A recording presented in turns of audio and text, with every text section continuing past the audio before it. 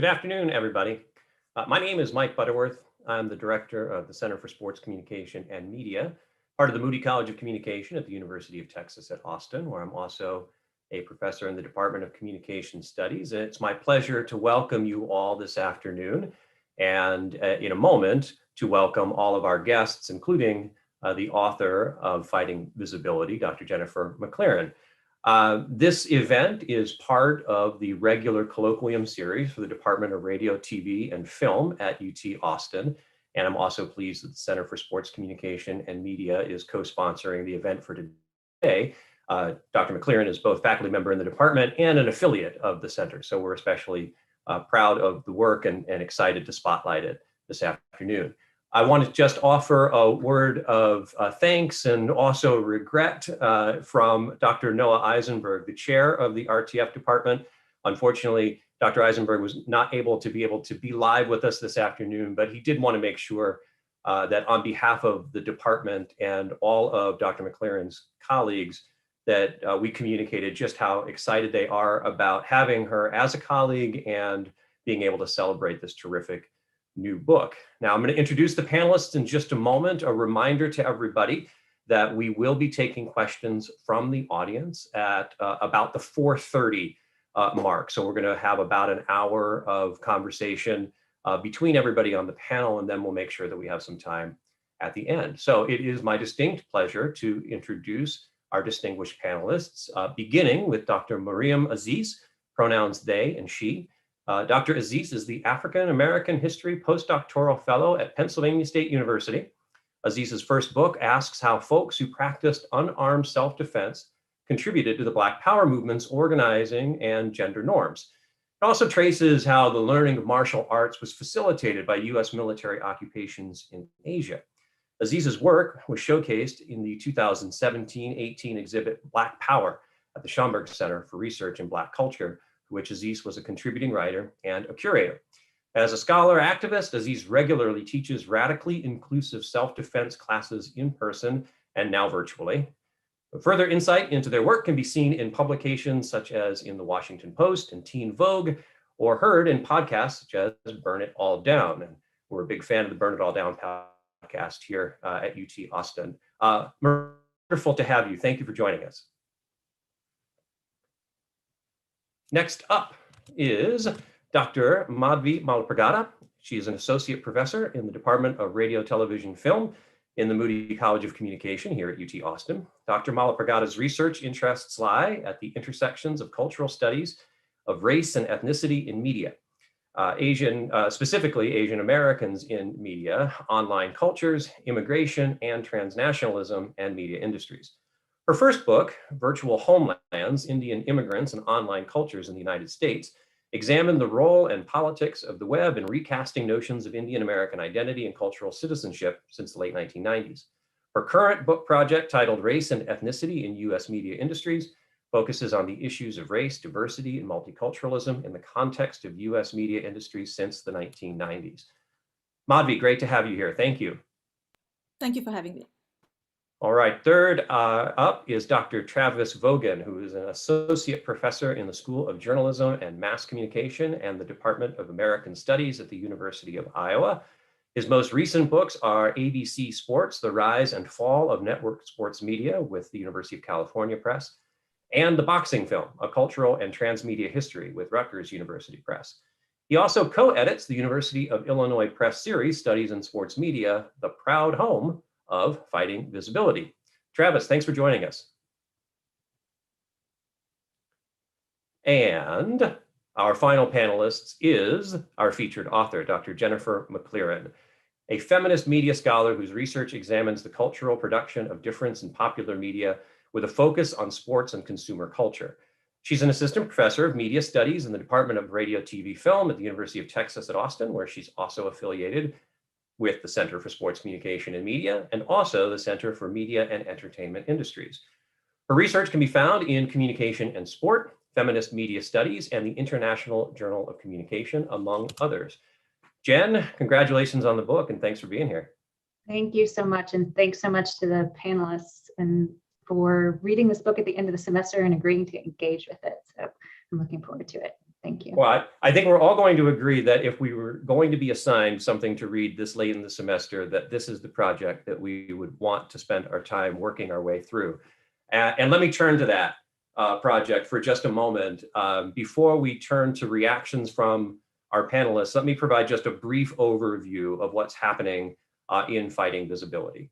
So the book is an opportunity to chronicle both the ascendancy of women fighters in the Ultimate Fighting Championship, UFC, and also an effort to complicate a political project built on media representation and visibility.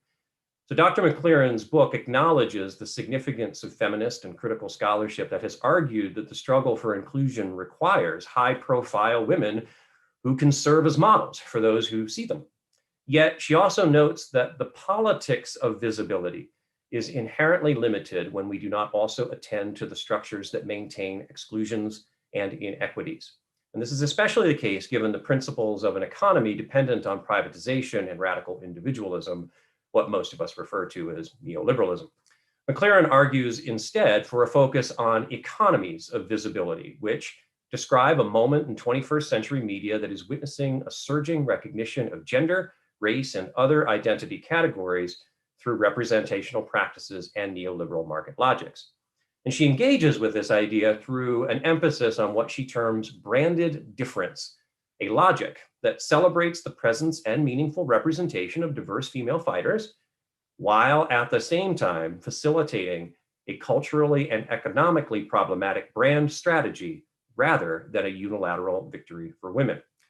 And through an examination of millennial era marketing strategies bolstered by the rise of social media, the marketing of superstar Ronda Rousey, and the politics of the American dream myth and UFC's inequitable labor practices, Mclaren makes visible both the possibilities and limitations of what has been made visible for women fighting in the UFC.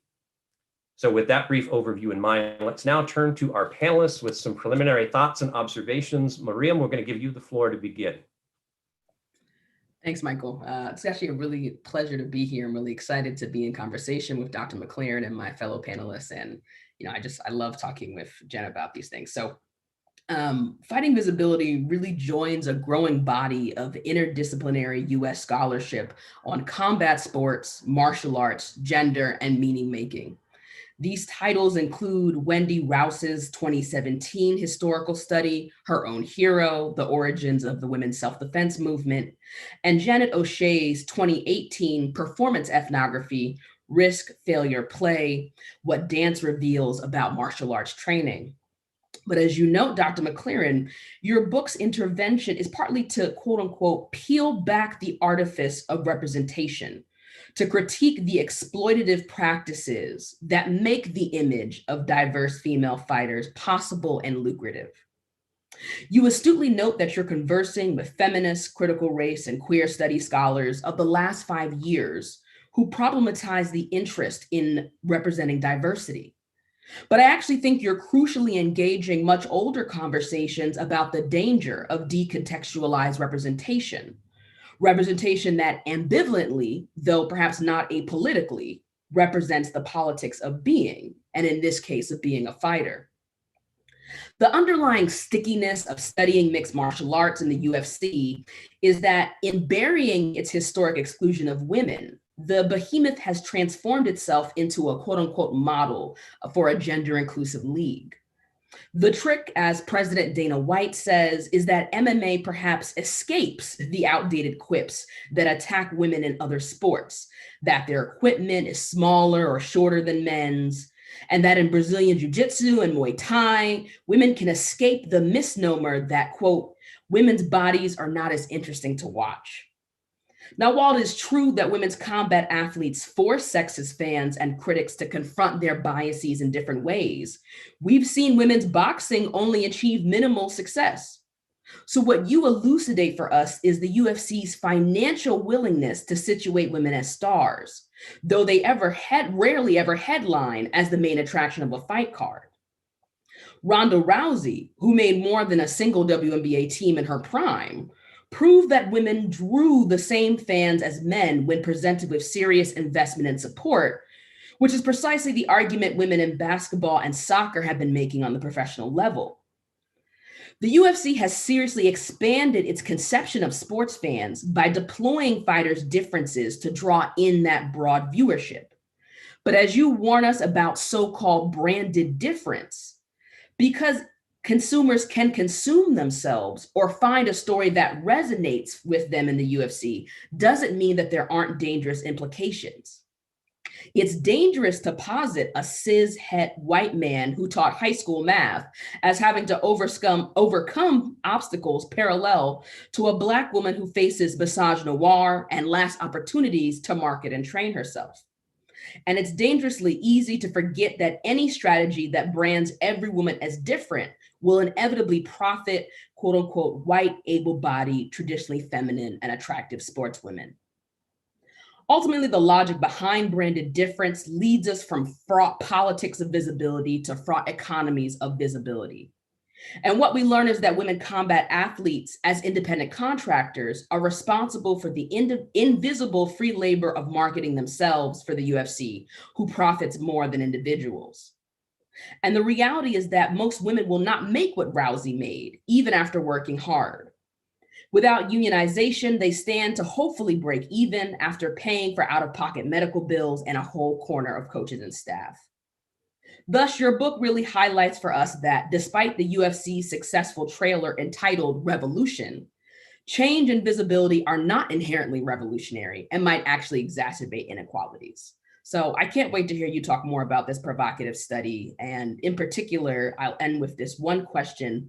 There's a moment on page 99 where you talk about how the fighter's mindset supports neoliberal logics around risk and failure. And I'd love to hear you say more about neoliberal logic across the promotion. Is the UFC's branded political ambivalence the product of neoliberalism, modern conservatism, or both? I mean, it might be perhaps officially less conservative than the NFL, but it's certainly unlikely to take a stand on police brutality like the WNBA was pushed to do. And I'm also just really interested to see how this concept makes space for someone like Michelle Watterson, a biracial, quote unquote, heterosexy Thai American mom, but also allows space for Chinese former champion Zhang Weili to be booed just last Saturday in her fight in Florida. So can't wait to talk to you about branded difference and uncritical whiteness, orientalized Asianness, and a global anti-Blackness, if you will. Mariam, thank you so much for the first set of comments. We're going to turn next to Madvi for her reactions. All right. I want to first say that everything that Mariam said, I also echo many of those comments there. Thank you, Mike, and the Center for Sports Communication and Media and Radio, Television, and Film for inviting me to be part of this celebration. I want to first congratulate Dr. Mclaren, Professor Mclaren, on the publication of her book. It is a very special moment, and I'm just so thrilled that I get to be part of this event. As someone with only a cursory understanding of the UFC and MMA sports and broadly sports in the US, first of all, I learned a lot from the book. It was very informative and written in a style that I think almost mimics my understanding of Dr. Mclaren, which is slow, steady, and solid. I was also moved by various moments in the book where Professor Mclaren writes honestly, delicately, and directly about her experiences as a martial arts practitioner, a fan, and a feminist media scholar. And these are all initial comments, but I'm hoping we can get back to it in the Q&A and unpack what it means to be involved in a sport and then write about it, and what is the intellectual and political project of that enterprise. As a media scholar invested in issues of race, neoliberal ideologies of multiculturalism, and specifically the politics of diversity within contemporary US media industries, I found Professor Mclaren's analysis of what she has called branded difference in sports media to be a productive and a useful analytical frame to interrogate the ongoing role of capital and neoliberal cultural institutions in producing and managing race. And here, I think that, although the primary focus of the book is around gender, difference as organized around gender, Professor Mclaren's book also opens up conversations around other axes of difference. And I was hoping that would be another area that we could talk about. how can we think about production and managing of difference around gender, but also beyond, and what might be the changes that happen when we bring those other lenses into focus. Fighting Visibility joins a growing number of studies that problematize the idea of representation in the context of historically underrepresented and strategically marginalized groups. The book engages with the problematic of representation, and this is kind of, when you think about it within media and communication studies, it's a really kind of critical conversation and debate to be had. So the book engages with the problematic of representation, both in the sense of representation as a means to an end, and in the sense of representation as an end in and of itself. One keyword that binds all the case studies and detailed analysis in the book is visibility. Fighting Visibility contextualizes and grounds the critique of representation by engaging with the ideological, the material, and affective aspects of visibility. And that's another area that I hope we'll be able to have a conversation around. This is a remarkable study that in a very clear and methodical fashion employs close textual, discursive, and institutional analysis of multiple texts, including star athletes, their labor, and the affective investments they engender among fans, UFC's promotion strategies and its labor practices, and the struggles towards unionization. Through such analyses, Fighting Visibility calls attention to the urgency of revisiting a long-standing claim that visibility is a tool for equity. With an approach that is both nuanced, informed, and empathetic to the martial arts athletes, Fighting Visibility offers up a provocative argument that I hope we have a chance here to discuss further. The argument is that visibility is not only not a guarantee for equity, it can actually be a tool of violence. To make this argument, the book spotlights the structural and systemic issues within which UFC conducts both its business as usual as well as incorporates new and profitable elements, be they promoting female athletes or branding their difference across media, while simultaneously trying to keep its neoliberal, exploitative, and dehumanizing tendencies in the dark. And there is an entire kind of a thread of discussion about luminosities and light and dark in the book that I think are very, very beautifully argued in the book that I hope, again, we talk about. The book's conclusion, however, because we do not want to end with neoliberal exploitation here, the book's conclusion, however, offers a thoughtful but also a reasonable way forward that hinges on collective rather than individual actions and tactics. And that would be, and the book has an extremely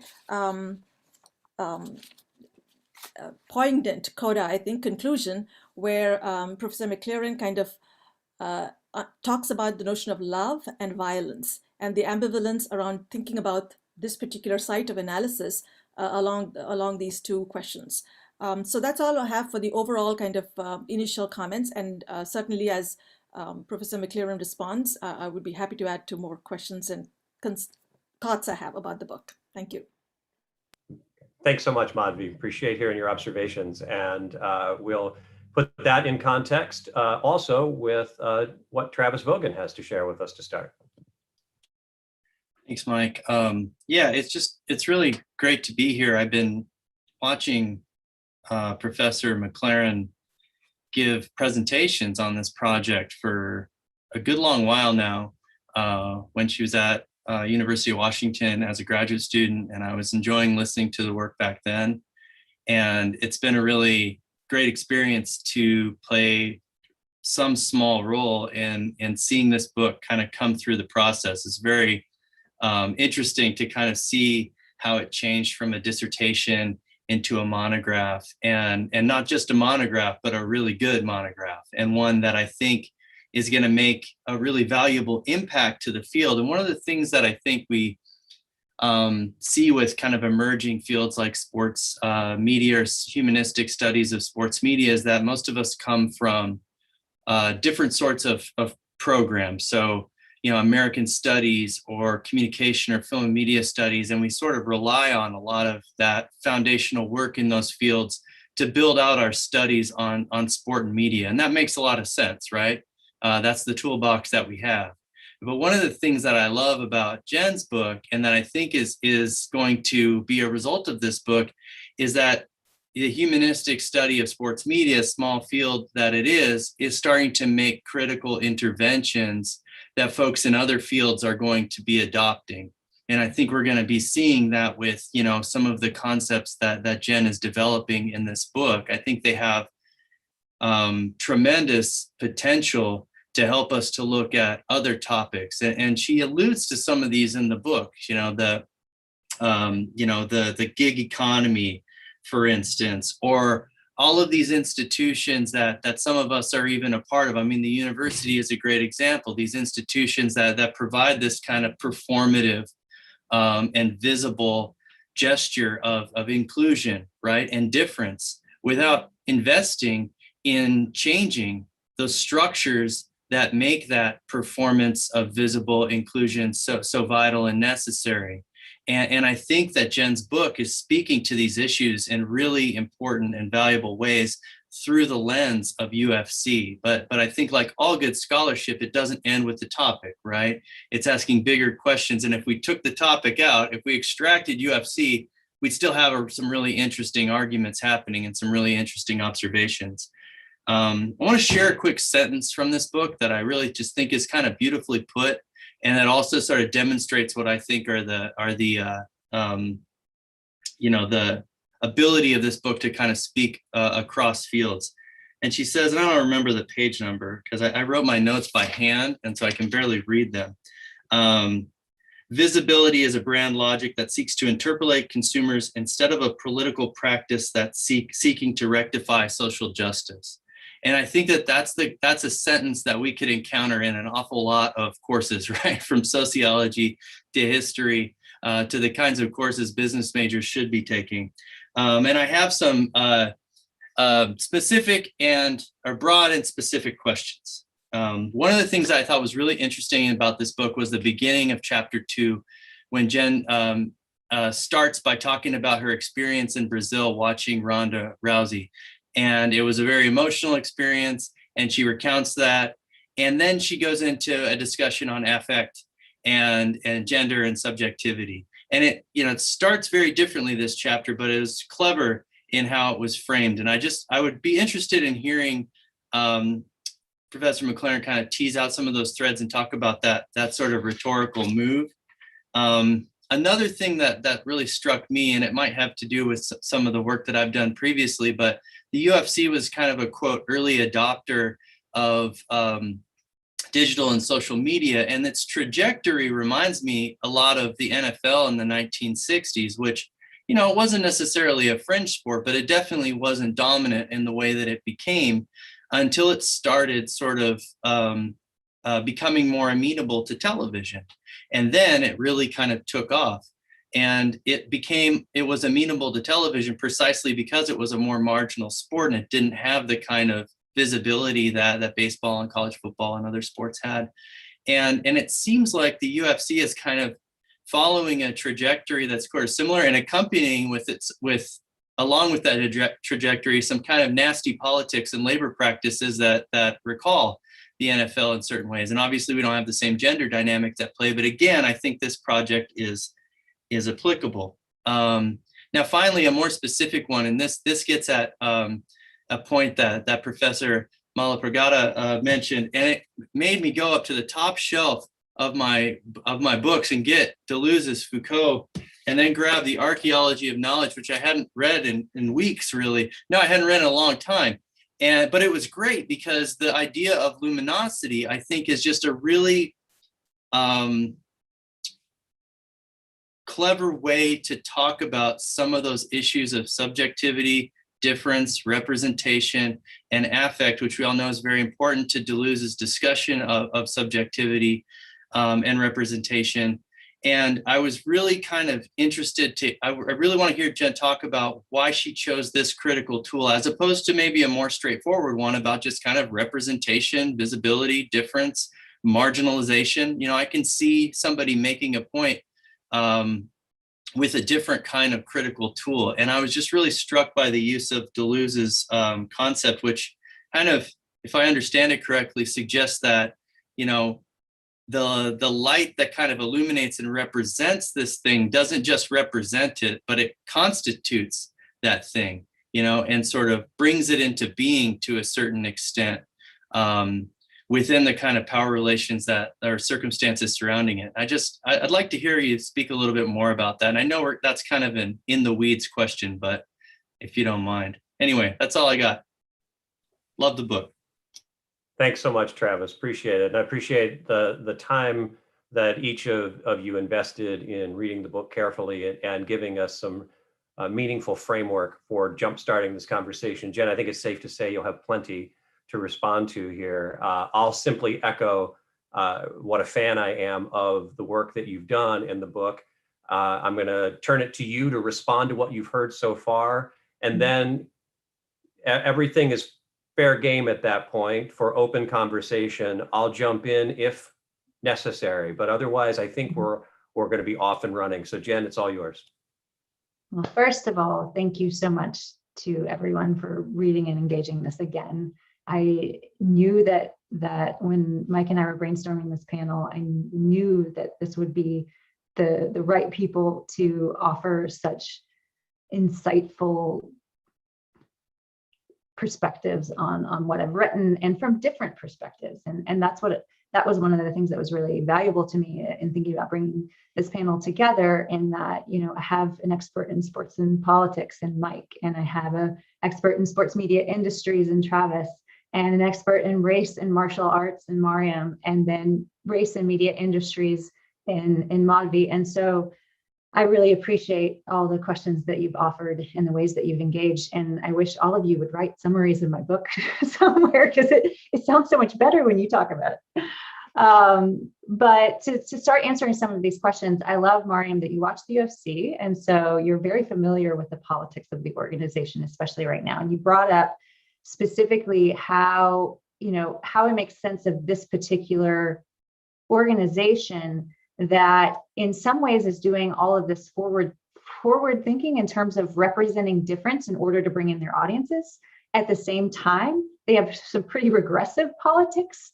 And in order to make sense of that, I'll give like a couple of examples of what I mean by this. So you brought up Zhang Weili, who has been opening the market in China for the UFC. And they've been able to broker, this is a female fighter, they've been able to broker several deals because her win last year over Joanna Jędrzejczyk just skyrocketed her popularity in China. And she became really important to the organization. And she was the female champion until this last weekend. And she went and was defending her title in Florida. And the fighter that she was fighting against, Rose Namajunas, had said some comments about Weili being a communist. And this fighter also said that she was better dead than red. And obviously it's bringing up some very xenophobic, racist comments. And when Weili came out to the crowd in Florida, she was booed, and she was booed the entire time. Another fighter, Kamaru Usman, a Black immigrant, also booed when he came out. And so how do we then make sense of some of the stuff that I'm saying about the way the UFC is marketing difference, and they're doing, they're allowing this and they're fostering it? And it's a complicated reason. Part of it is that because the art of fight promotion is conflict. And so if you can create conflict between fighters, then you can promote fights. And so one of the ways that they do that is sometimes through national conflict, sometimes it's through racial conflict. And they don't really care which side that people fall on those politics. They're just kind of bringing to forefront what people are already interested in doing. And I actually am analyzing this right now in a paper that I'm working on that thinks about male fighters in particular and how these politics, work themselves out. So they will actually cater to alt-right fans and then cater to fans that are interested in promoting women or watching women, and to fans in China that are interested in seeing Chinese fighters fight. So they do all of them at once. And it's not that difference has a political connection to it. There's no inclusion for the sake of equity, inclusion for the sake of furthering a particular racial politics or a particular gendered politics or a particular national politics. Instead, it's interested in representing all of these things and then putting together conflicts between those things or among those things, because then they have stories that they can tell, because fight promotion is about the stories that you tell about why these fighters want to fight each other. And it has to, it's similar to wrestling in a lot of ways, the pageantry of it. It's like, I say that it's, if wrestling is melodrama, then the UFC is reality TV because it's real fighting. Okay, so that's the one, around how they're using neoliberalism and how they have, difference at the same time they have alt-right fans that they're stoking the flames of.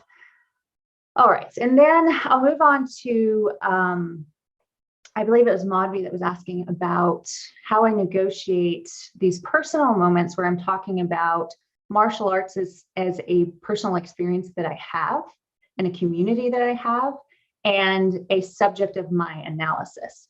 I will be very clear that I do not train MMA, so I am not an MMA fighter. I never have been. I never will be, in case you're wondering. But I do train Brazilian Jiu-Jitsu, which is one of the base arts of mixed martial arts. And when you train Brazilian Jiu-Jitsu, it's a fairly small community that circulates within MMA gyms as well, so that there are times where you do come across UFC fighters, you do come across professional mixed martial arts fighters. And within my community sphere, there were, and are UFC fighters. But for me, as a feminist scholar, the personal is always political. And the personal can never really be written out as something that should be obscured. Rather, it needs to be made visible. Those subjectivities need to be made visible so that you understand the lenses that I'm reading through. Not because I am trying to have some sort of objectivity that isn't possible, but because we are always reading through our particular lenses. And the personal, I think,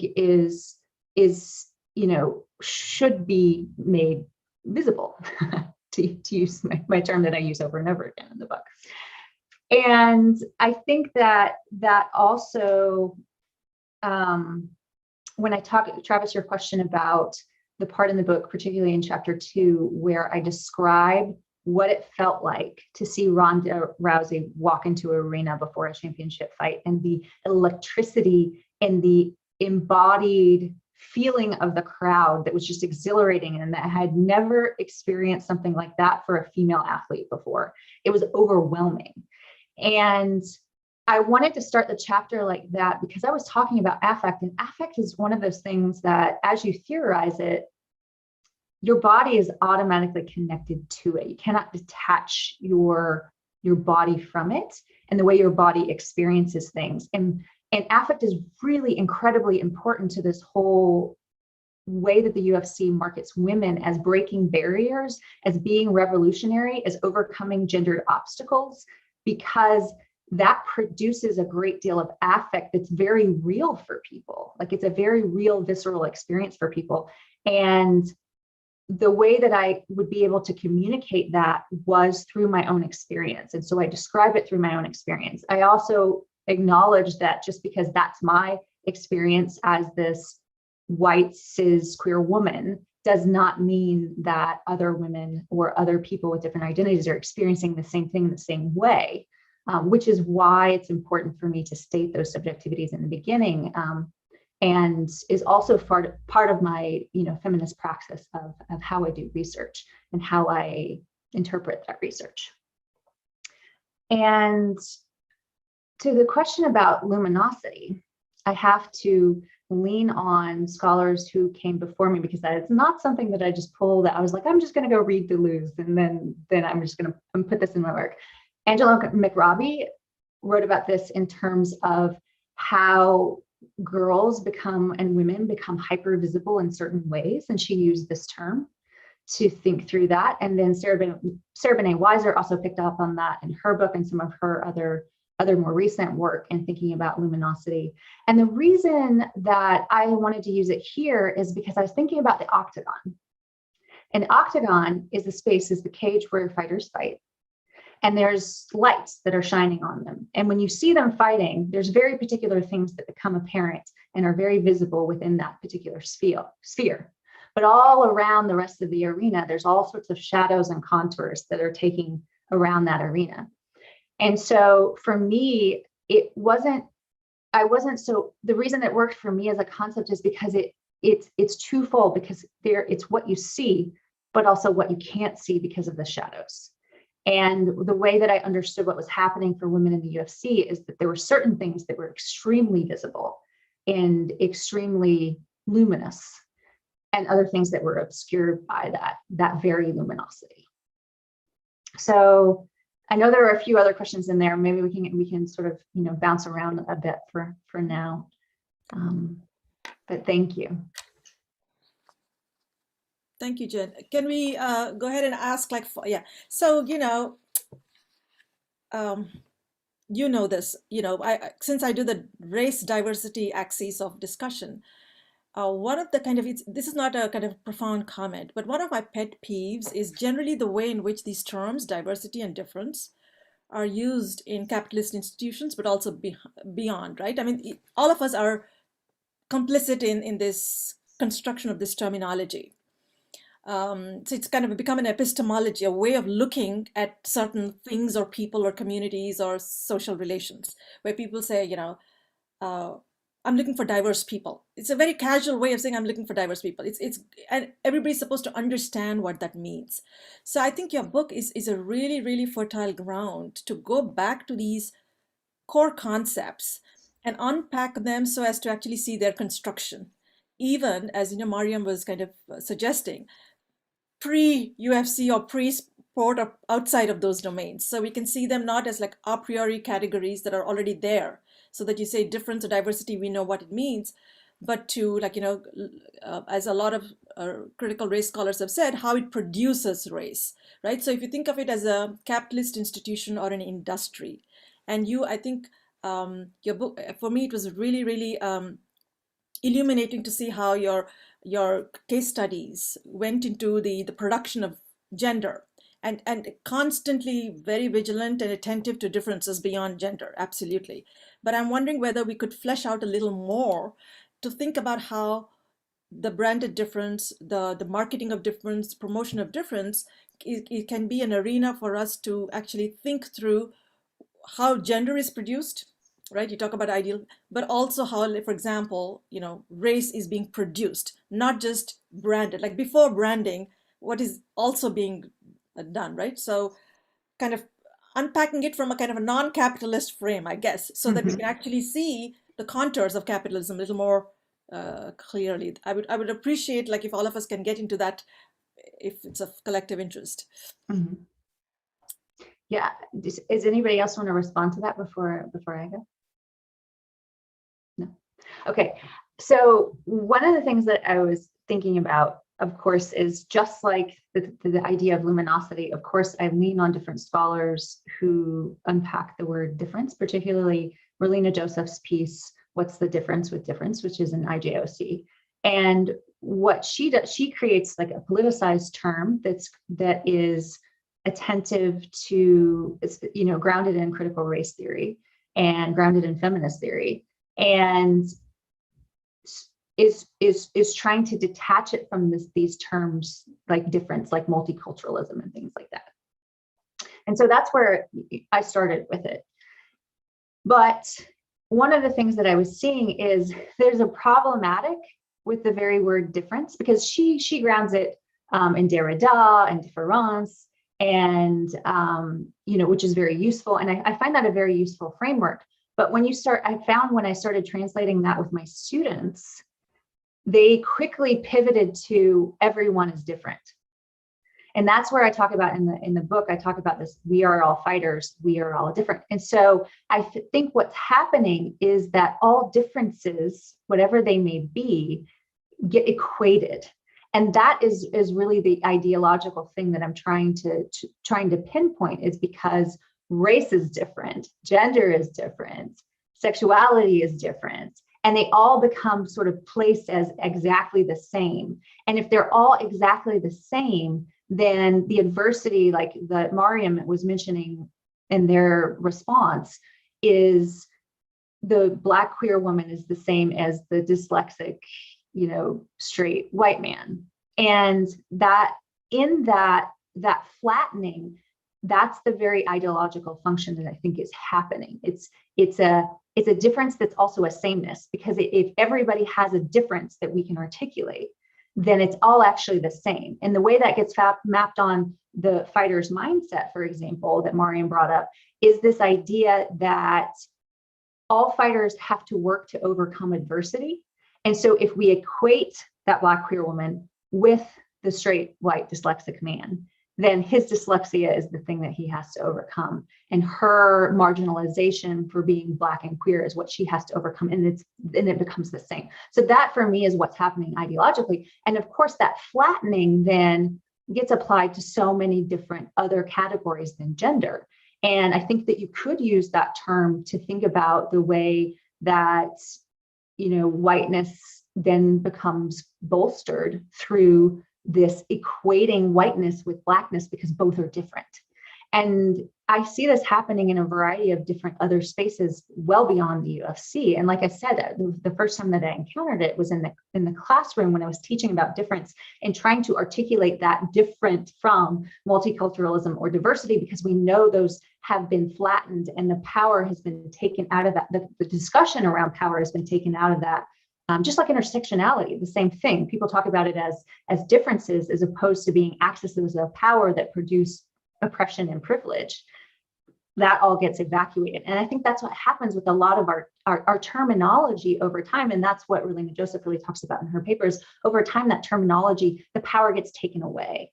And I think that's why I made it branded difference, is because that's showing how the power is getting taken away in the types of representations that we're seeing.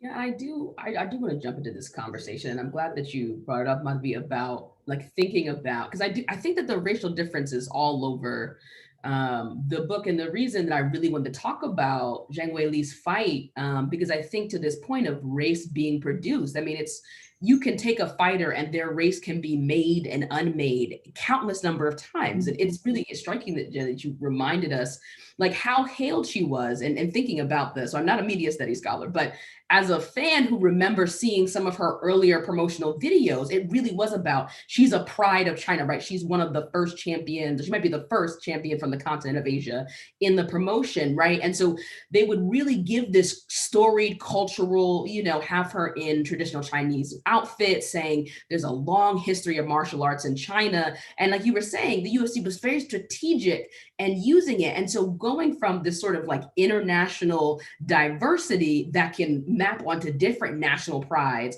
to that moment last Saturday, which doesn't escape me, that we're in a moment one of numerous of anti-Asian hate in the US that was so visceral to hear her booed as the current champion. And because it stuck to me, I study martial arts from the Black Power movement. And so I think a lot about these third world solidarities. And so when Rose Namajunas, her opponent, came out and was like, my parents are from, Eastern Europe and fled communism. And so now I'm mapping communism, a completely different communism onto this other racialized body, some the shadow of the Cold War that never ends. So no, I couldn't, I'm really sitting with the racialized genders that the UFC makes and unmakes, and then sort of pre-packages to, as you were saying, to different audiences. And clearly the audience that was with Rose made it into the stadium. Absolutely. And another example that I talk about in the book is Nico Montagno, who is Navajo. And they marketed her as the first Navajo champion. And she won a tournament that was based on a reality show that the UFC runs. And they followed her to the reservation. She talked about her family growing up in poverty. They had various, cultural signifiers of being on a native reservation, and various images that they used to promote her, using that image, the ethnic image of natives. And then treated her terribly in terms of, she had various health issues because of the structure of the tournament that I was talking about. Was a lot of weight cutting in a very short period of time, which is really hard on the fighter's body. She ended up breaking her foot, but ended up winning the championship on a broken foot. because she had to fight anyway because of obviously financial reasons. She was also brought up out of poverty because she talked about her poverty before she became UFC champion. And then afterwards, once she got sick and she had various other health issues, they ended up stripping her of her title, even though someone like Max Holloway, who is a white man, had multiple different times that he, either missed weight or had health issues or had other things come up, and they kept giving him chances. And so this is a way where when race is convenient, or ethnicity, let's say ethnic, they're not better at, but they are more likely to market ethnicity than they are to really signify certain races. They will signify Latinx, racial identity, and ethnic identity, but Black identities, become very sort of tiptoed around, other than the fact that they really try to market, to particular Black audiences, but not in a way that is allowing their fighters to really sort of forefront something like Black Lives Matter or something like that.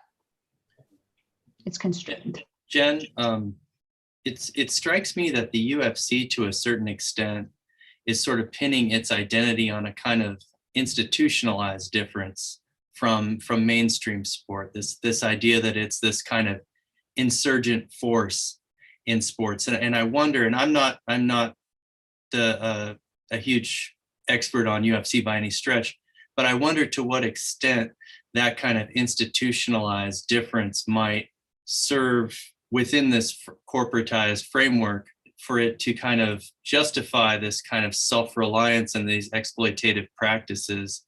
Can you kind of speak to that, or do you see that happening on the kind of institutional level with the UFC and how it's kind of positioning itself relative to other sports? Well, you meaning in how they sort of position themselves as being for everyone?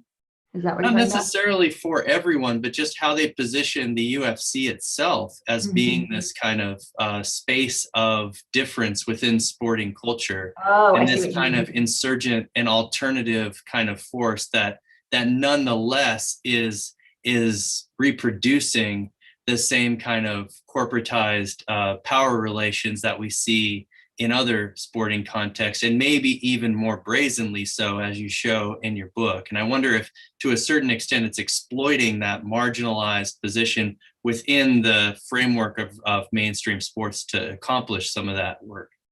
So one of the things that Dana White has said, the president of the UFC, has said over and over again, and other executives of the UFC that have said, is that the NFL isn't popular around the world because people don't understand it. It's too complicated.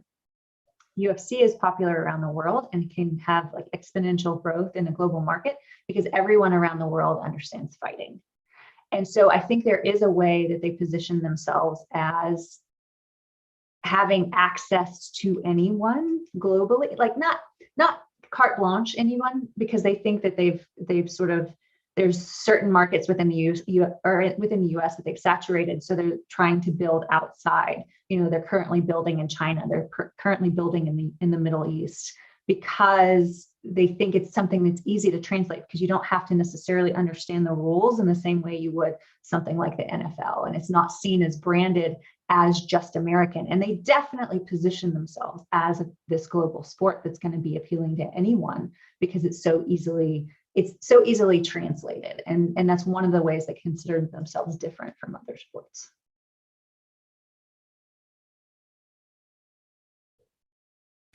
So Jen, I know I said I was going to defer to the panelists, but I'm going to jump into that gap if I could with a question. I wanted to get your thoughts on the labor politics that are so central to what's happening. And in the chapter about labor specifically, you open with some reflections drawing a perhaps inspiration from the U.S. women's national team in soccer. And as I was reading through that, I wanted to hear you maybe talk through some of the overlaps and points of divergence between what's possible for independent contractors versus the collective voices of a national soccer team. And maybe in doing so, incorporate, if you're prepared to, and I don't know how much you follow tennis, if you could incorporate maybe the WTA, the Women's Tennis Association, as a potential model of some sort, because tennis players are also independent contractors in similar ways. And other than the very, very top players, many of them struggle with all of the ancillary costs that are associated with travel and training. But the women's sport is one of the few places of relative equity when compared to its male counterpart. So is there any model that could be there? And is there more that you can draw out of the soccer parallel? Sure. So team sports are inherently easier to organize because teams are already a collective. They already come together, they train together, they see each other all the time. So they already are having these conversations in small groups and large groups. And something like the US women's national team, a big advantage is the fact that they're together so much.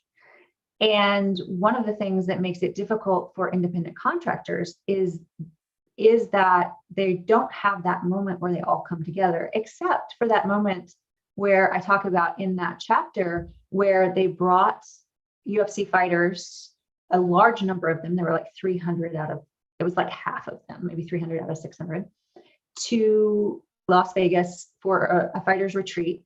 And that's when Leslie Smith got up and asked the question about unionization. And it got a lot of attention. And that's the only time they've done an athlete retreat like that. And they don't have a moment where they all come together. In tennis, a lot of times, if you, especially in the most recent tennis tournaments, they're together at these tournaments in different ways. Whereas a fight card might be happening in a certain location around the world, and there's only like 24 fighters that are invited to that event or that are fighting on that card. So it's a relatively smaller number than something like a larger tennis tournament. So the access to one another makes it really hard. The geographical locations, around the world makes it really hard. Different cultural contexts make it really hard. And so I think that tennis could be something that they look to, but the problem is getting them in the room to converse with each other to help them understand that it's not just them. They're not going to be going out because they always perceive it, or not always, that's too blanket, but oftentimes what they do is perceive it as being them sticking their neck out as an individual. It's also a very individualized sport, like tennis, but also having that fighter's, I have to go it alone, the fighter's mindset, I have to go it alone. It's hard, but I should persist because it's hard. That sort of ethos of the very notion of their job is also part of the deterrent. And then of course the fear of retaliation, which I talk about in the chapter, and how the UFC, can easily break contracts or not renew contracts if fighters are speaking up, and there's no recourse. So fighters fear that retaliation, and that's another reason why it makes it hard. There's a really interesting parallel there to the way that individual athletes respond to the prospect of activism and whether or not they're willing to work collectively versus go it alone. Mm-hmm. And even in leagues that do have strong collective bargaining presence, there's still tremendous reluctance to band together because that rugged individualism is so built in. So your discussion of the American dream myth is spot on with that as well. Again, I'm going to stop because we're getting very close already to the point where we're going to move to Q&A from folks in the audience. So Madvi, I think you were going to jump in with something else, and so I'll make sure you get a chance to do that. Well, I'll be very brief, and Jen can fold it into maybe the Q&A, but I just wanted to make sure, following what Mike said about labor, because that is a significant part of your book, right? To both problematize and explain how branded difference happens, but then, you build this argument about visibility and critique visibility. And, you say that visibility is not a tool for equity. It can actually be a tool of violence. And then in the discussion about visibility, you kind of segue into the conversation about political visibility. So I was hoping in whenever it's appropriate, for you to comment on how you have visibility and you problematize it as a tool of it's not a tool of equity. It can be a tool of violence, but then there is political visibility, and where you talk about unionization, collective action, etc. So how can we think about political visibility that is also not doing the flattening, for example, right? I mean, Yeah. it's a really, the thing, the Mhm. wonderful thing about your book is, although I don't do sports, I don't follow it at all, there is so many things here where I can feel very connected to the conversations, right? And that is the one of the biggest gifts of this book, is because as you were talking about how they are branding the Navajo fighter, it's almost like it's so slippery. It's so urgent to talk about this because it's actually happening, and it's happening where people don't think it's something to be worried about, because after all, they're making things that were historically not visible more visible, right? And here you are saying, well, visibility is not all that great. It's supposed to, as it's made out to be. And so I Mhm. think if we can drag that conversation about problematizing visibility to also think about what might be the ways in which we think about political visibility that don't drag some of the problems of visibility, which is flattening, Yeah. widening, whatever we want to Yeah. think about, that would be helpful. But you don't have to respond to it now. I know we are a little bit out of time here. So, okay. No, I think it's a great question. And that's where the book ends, of course, is like, well, okay, so there's all these problems with visibility, but collective action, collective voice has shown, like unions have shown, to elevate, in particular, women and people of color. And because it creates standards that have to be met within the organizing in order for people to have equal access. Now, of course, we know in application that's always fraught. And just because it may narrow some gaps, it's not a perfect solution, because human beings are still, wrapped up in this. And one of the things that happens with collective action that we know is that this idea of strategic essentialism becomes essentialized for whiteness and maleness and other identities that still have dominance even within these conversations. And so I think, in the specific context with UFC fighters, part of the thing what I argue is that a union would really benefit women, but it would benefit all fighters. And I think, it's a very delicate approach, I think, because it's not perfect, because there's still going to be those challenges that have to be overcome in terms of how difference becomes essentialized, or it becomes default to certain identities or to certain interests and concerns, like that would be of interest to whoever is dominating the conversation, even within the collective action. But I do see something like that. I see that, especially when it comes to independent contracting or gig economy, people become really disempowered by living in silos and living from paycheck to paycheck and living in very precarious conditions where their jobs are constantly under threat, or their income is constantly having to be, they don't have this guaranteed income, or they don't have guaranteed healthcare or anything like that. And I think that despite the challenges of the collectivity, I think that is one of the real solutions to this. Today, Endeavor, who is the parent company of the UFC, started trading on the stock market. And so this is a big change. And I think that their sort of income, their revenue is only going to grow from this. And they've grown exponentially since they were sold to Endeavor, even amidst the pandemic. Like, the UFC actually saved Endeavor in this pandemic. And so I think that they're just going to become more powerful. And so one of the only recourses that I see is that collectively coming together, because like I say in the book, one fighter is expendable, but a whole group of fighters that join together, particularly if you have some of those star voices that are also advocating for some of this, that can become really powerful, because the fans will start taking notice. Other people, hopefully investors, start taking notice. I mean, maybe I'm too optimistic for capitalists here, but but I do think it's possible. And Leslie Smith did amazing work and is still fighting for those issues, and is getting a degree and is going to become a lawyer and is very committed to these issues. So it does leave me with some hope, but it doesn't mean the work is done. I think even if you bring them together collectively, because as you say, these inequalities are going to be reproduced even in doing something that might help a lot of people at the same time. I'm so glad you mentioned that Endeavor and UFC began trading publicly today. I saw that on Twitter. Dana White commented on that earlier, and I do not understand the UFC's organization nearly well enough to know what the implications are of that. So I'm glad you had a chance to comment on it a little bit.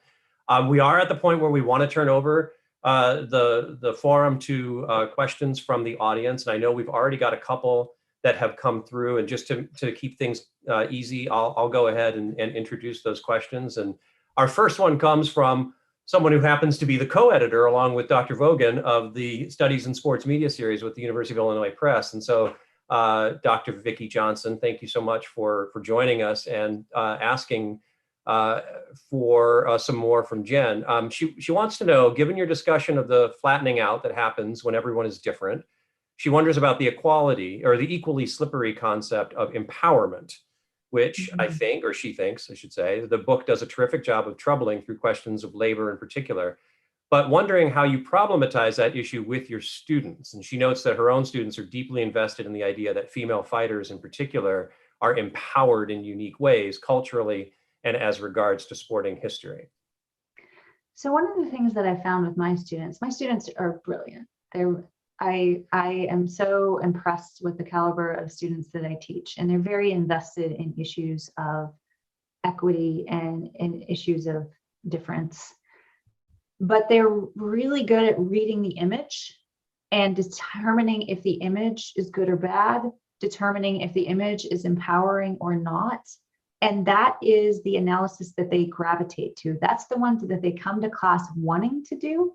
And that's the analysis that they are really good at doing. And what I'm constantly trying to do is to ask them to dig below that and ask the questions like the questions that I ask in the book around who is visible, when, and how, and who does it benefit? And what might be the logics and the reasons that women's empowerment becomes something that we see all the time. And there's various ways that you can critique, this idea of women's empowerment. Which women? Is it all women?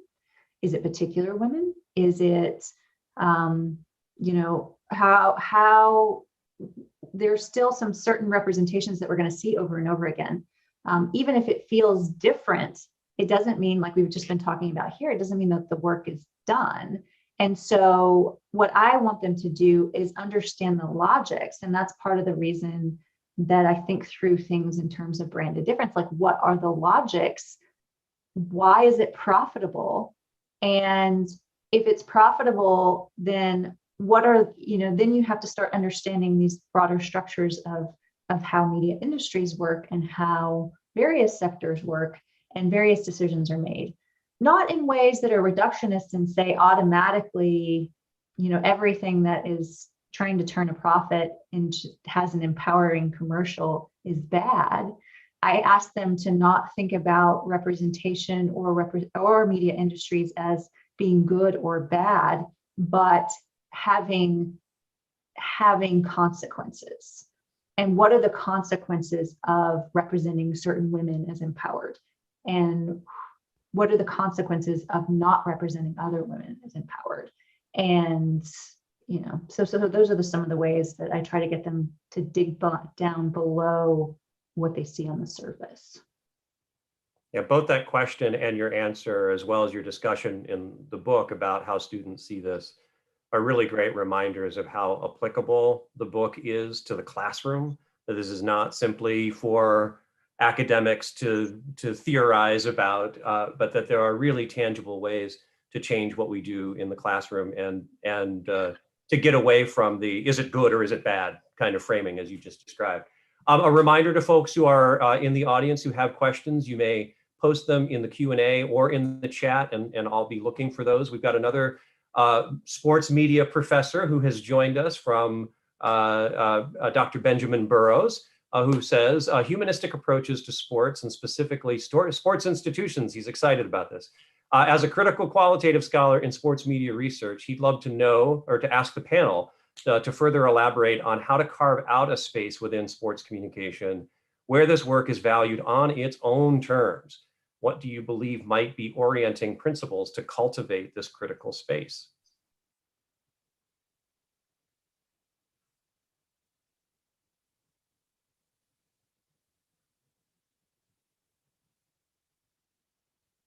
That's a great question. I'm like reading it again and thinking about it. I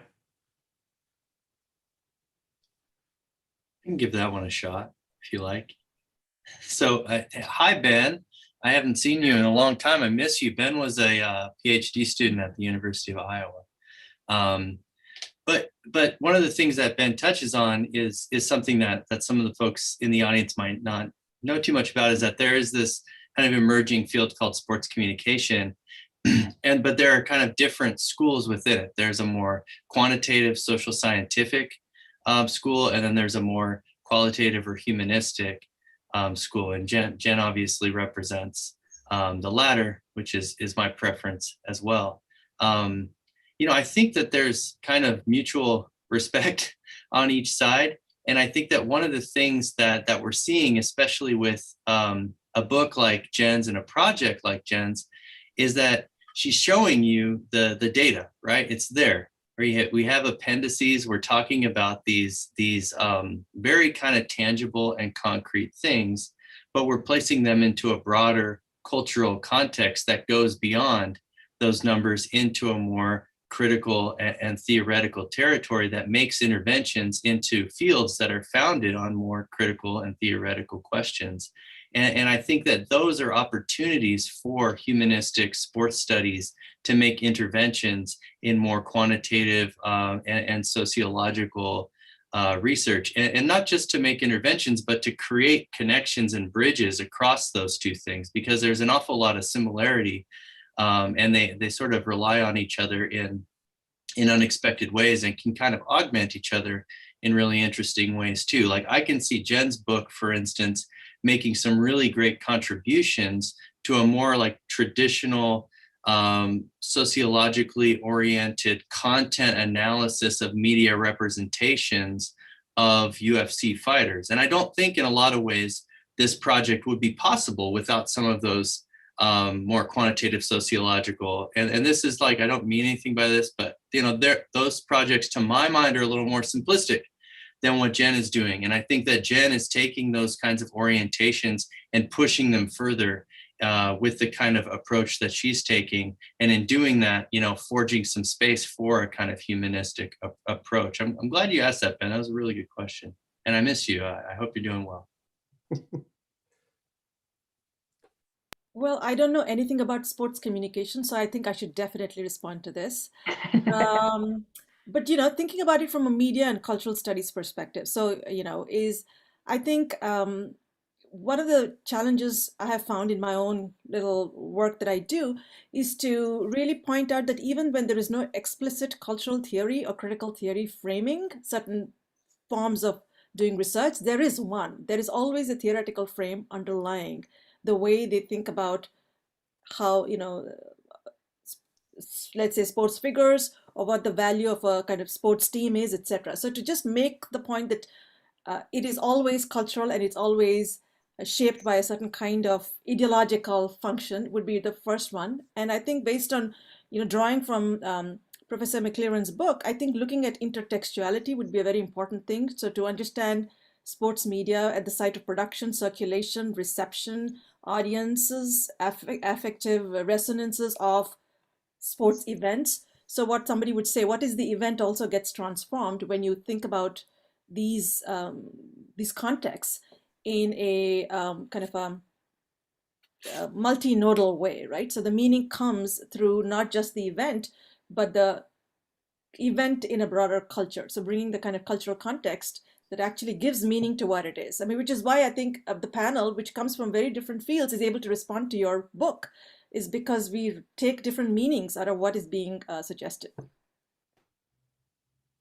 Yeah, Ben, your question comes at a particularly interesting time too in the emergence of sports communication as a subfield.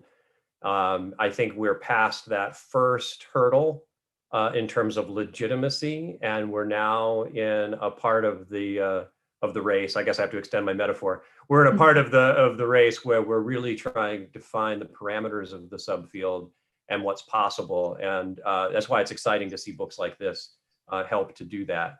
I think we're going to probably have time for one more question, and it comes from another professor who's visiting us. And I think, Marcus, if you're participating from Amsterdam, then that's all the better. Professor Marcus Stauff, I'm sorry, Marcus, asks regarding the physicality and the violence of UFC. Those clearly contribute to the display of gender identity. So he wants to know, how does that display and the specific distribution of luminosity and shadow of this in sports impact the racialization of athletes in the organization, but also in the media? It's a good question. I think that there's a lot of different ways. I think that there are, you could argue that I haven't done any, see, this is where a content analysis would be useful, is looking at the stoppages that the refs make over female fighters and what those female fighters look like when there are stoppages. I think in terms of, who they are, in terms of race, and in terms of how they perform their gender, because I talk in the book, I talk about women who are stereotypically feminine, and I talk about women who present a more female masculinity or might be lesbian. And I think a content analysis on that would be really illuminating to see how gender performance and race maps onto how the refs treat those fighters in the ring. Because, white femininity is going to be treated very differently than a black femininity would be, for example. And so I think that there is probably a lot of nuance in terms of, what gets expected, how the performance is. Angela Hill, who's a Black female UFC fighter, she talks about in one of the chapters that I wrote, she talks about how she negotiates in trying to appeal to fans, because she knows she has to appeal to particular fans in order to be visible, in order for the UFC to take notice, in order for sponsors to notice. And she has to very carefully craft her identity because she doesn't want to be threatening to a mainstream white audience. She wants to have like a level of appeal. At the same time, she wants to maintain her authenticity. And she talks about how she's very nerdy, for example, in how she presents herself. She has a lot of she's interested in a lot of cosplay and things like that. And so she brings that into how she presents herself online. But that negotiation is racialized because she understands how fans are going to treat her. And she understands also, I talk about in that chapter, I talk about harassment and how she thought society was so much more progressive until she became a UFC fighter and started getting harassment online. And she thought people were going to celebrate her as the first, Black, she was the first Black woman to headline a UFC fight. And she thought she was going to get celebrated for that, and she didn't. And so she's having to negotiate how she presents herself to the world based on racialized scripts of gender. Well, Jen, I was going to say, you and I have talked about your pretty and powerful imperative that you talk about, right? This sort of like, you almost, it's set up for failure for most women's athletes in the UFC to achieve being both pretty and powerful as a marketable package, and as the race, so gender and sexuality then further complicate that. And so it's almost impossible for a Black lesbian woman to be both pretty and powerful in a way that's marketable in the same way as you name, I think, of this stereotypical sort of white, hetero attractive fighter like Paige Van Zandt, who has millions of followers on Instagram and could maybe, if you took several or, multiple other women in the promotion and put them together, they would not have the same amount of followers as Paige. And so I do think often about, well, there's already a standard for how women can be marketed that once you start adding the different intersectional identities, just can never be reached, right? It's almost an impossible plateau to achieve. But at the same time, what I bring up in that chapter is that because of the logics of micro-influencing, someone like Angela Hill is still valuable to the UFC, even though she can't reach the same amount. They're not going to give her as much as they would have given, somebody like Rousey, or even somebody like Paige Van Zandt, who got a Reebok contract, even though she wasn't a champion, and only champions got those contracts. But what happens is that they are encouraged to build their niche audiences, which gets into this idea of micro influencing, and how you don't necessarily have to have a mainstream audience. You can have an audience that follows you because they like the same things you do. And Roxanne Modafferi talks about that, how she's really nerdy too. She doesn't ever post what she calls butt pictures because she feels inauthentic when she does that, but she will post like cosplay and anime things. She loves like Japanese culture, and she'll post stuff about that. And so what I talk about, and I talk about this a little bit in the book, and I'm trying to theorize it now in another paper a little bit more, is the hierarchies of visibility that social media and other, sort of networked media facilitates. Because there are, for example, with those examples that I gave, like Angela Hill and Roxanne Modafferi have relatively smaller number of followers, and then you have these other athletes that have huge amount of followers. All of that has monetized value in this system, and all of it is encouraged as labor, but not all of it pays off in the same way. And so fighters who can perform the pretty and powerful imperative, then of course they're getting paid more, they have more visibility. But those other fighters are also encouraged to develop their niche using other types of tactics than the pretty and powerful imperative. So yeah. And I mean, I think the thing that you do well with that is to say there is an emotional labor to having to do that free labor of marketing yourself. And I thought that was actually one of your brilliant interventions, was don't forget that this can be an emotionally draining and free process that's really bolstering the UFC rather than the individual fighter. So yeah, and some of the fighters enjoy doing that sort of, just like all of us. Some of us enjoy social media, some of us do it reluctantly, and some of us refuse to do it. And that's how the fighters really represented. But they felt pressure to do it. And that pressure is coming from some unnamed force. And that unnamed force, of course, is neoliberal logics of the branded self, and what that can do for you in society. Unfortunately, we have hit the moment where we're out of time, but that observation about branding in a neoliberal society is as good a punctuation mark as we might hope to have out of what is really an outstanding book, Jen. Congratulations again on that accomplishment and on sharing. Thank you all so much. Community. I really want to extend a thank you to all of you who have joined us, especially across multiple time zones, for throwing in those excellent questions here toward the end. A big thanks to the Department of RTF at UT Austin and our good folks in the Center for Sports Communication and Media, Chris Hart, making sure that everything goes smoothly here for us.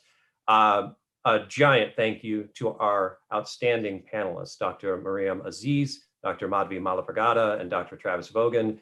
And most importantly, again, Dr. Jen Mclaren, thank you very much for your work and for sharing it with us today.